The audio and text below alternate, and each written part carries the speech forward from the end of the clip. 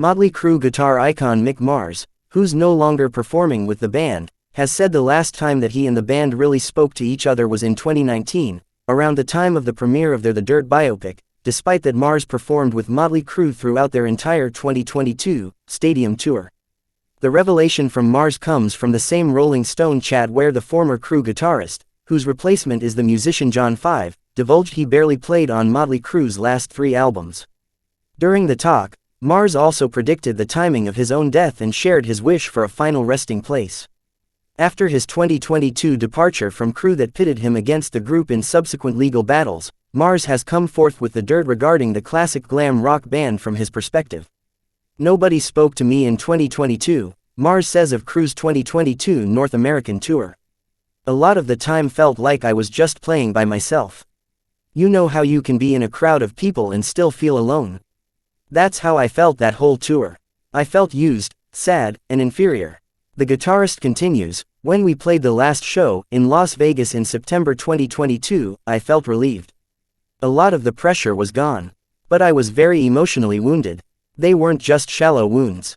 They were deep ones, the kind you can't get over." Mars also suggested that he never wants to talk to Motley Crue again. "I think all of us would be okay with that," Mars says. "And I don't just mean me with them. I mean them with each other. I don't plan on having a funeral. If I did, I think maybe they'd show up for that just out of courtesy. But for me, there's no funeral. There's no nothing." Mick Mars' retirement from touring. It was first revealed Mars would stop performing with Motley Crue in an official statement in October 2022. His longtime battle with ankylosing spondylitis, a type of advanced arthritis, reportedly spurred the decision. But the guitarist is now suing Motley Crue for apparently, unilaterally, removing him from the band, among other assertions.